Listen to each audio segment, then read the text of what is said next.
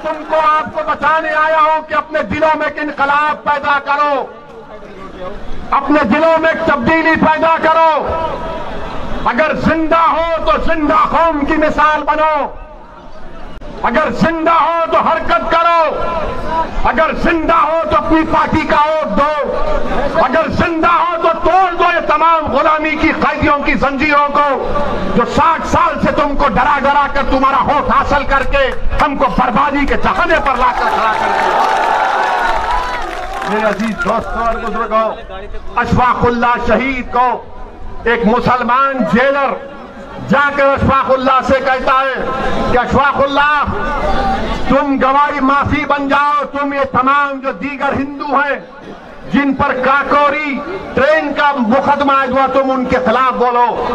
तो अशफाकुल्लाह ने कहा मैं एक मुसलमान हूं और बाकी मेरे साथी हिंदू हैं, मैं अपने आप को गिरने नहीं दूंगा, ना अपनी कौम को गिरने दूंगा।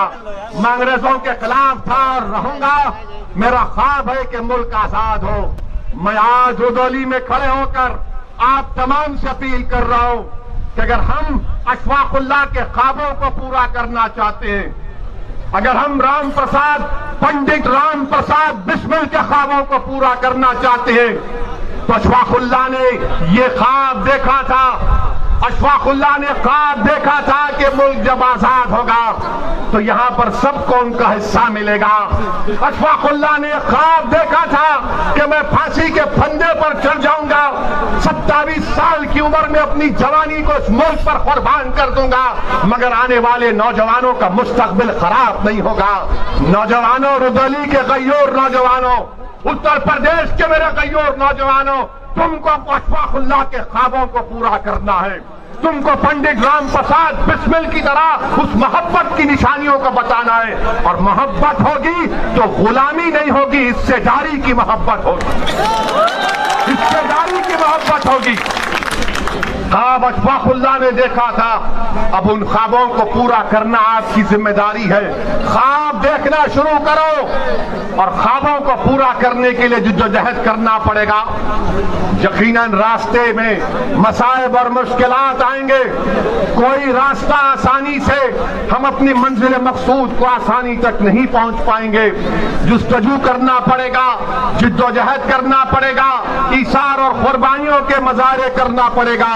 मेरे अजीज दोस्तों और बुजुर्गों, जब हम अपने इन ख्वाबों को पूरा करेंगे तब जाकर हम एक सियासी कुव्वत बनकर यहां पर उभरेंगे।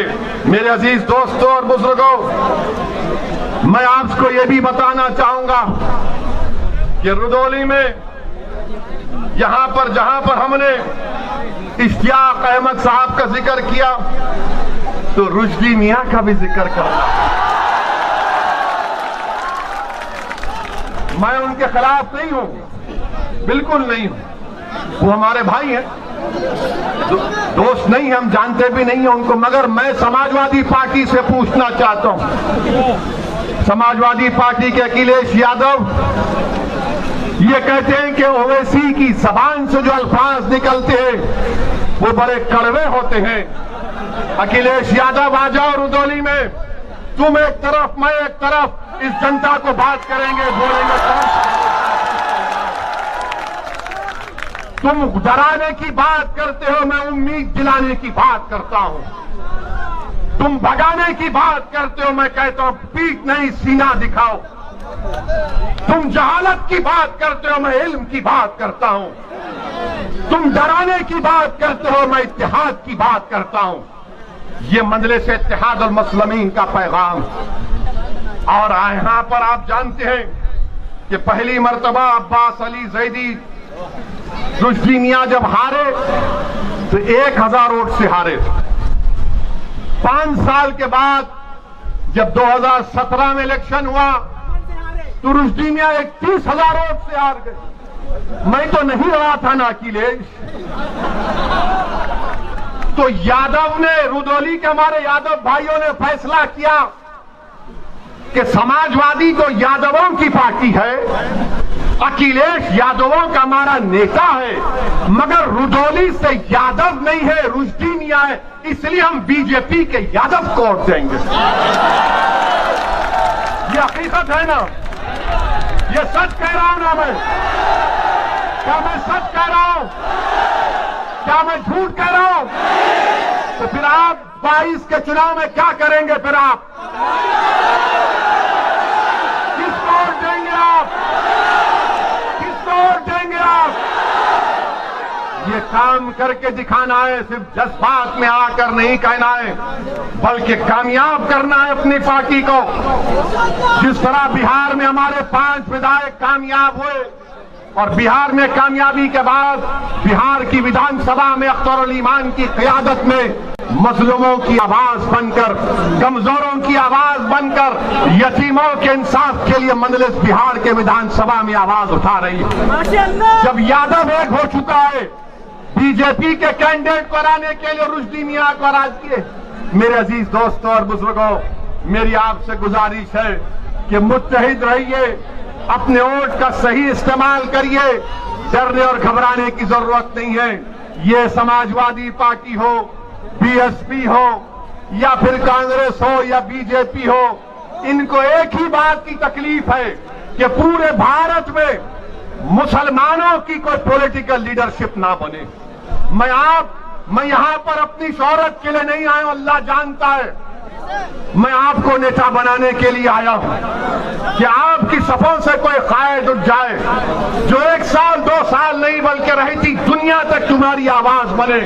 और उस वक्त होगा मेरे अजीज दोस्तों और बुजुर्गों, जब आप अपनी पार्टी को कामयाब करेंगे, अपनी दुआओं से, अपने वोट से और पार्टी के पाबंद डिसिप्लिन सिपाही बनकर आप मजलिस के हक में अपने वोट का इस्तेमाल करिए।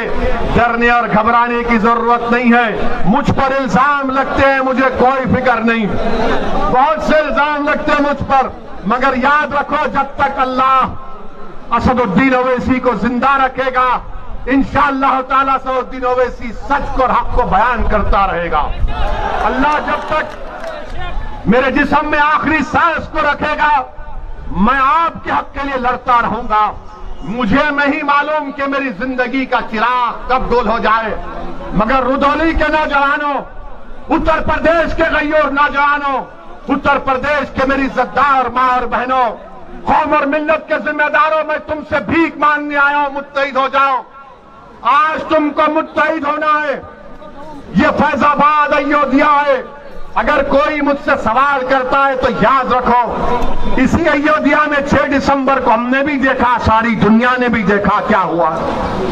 आज उसका जिक्र करने से डरते हैं सेकुलर पार्टी के लोग, जिक्र करने से डरते हैं, डरा डरा कर वोट हासिल करते हैं। अरे याद रखो, वो कौम जो नवासा रसूल को जन्नत का शहजादा मानती है, क्या वो कौम डरेगी इन लोगों से?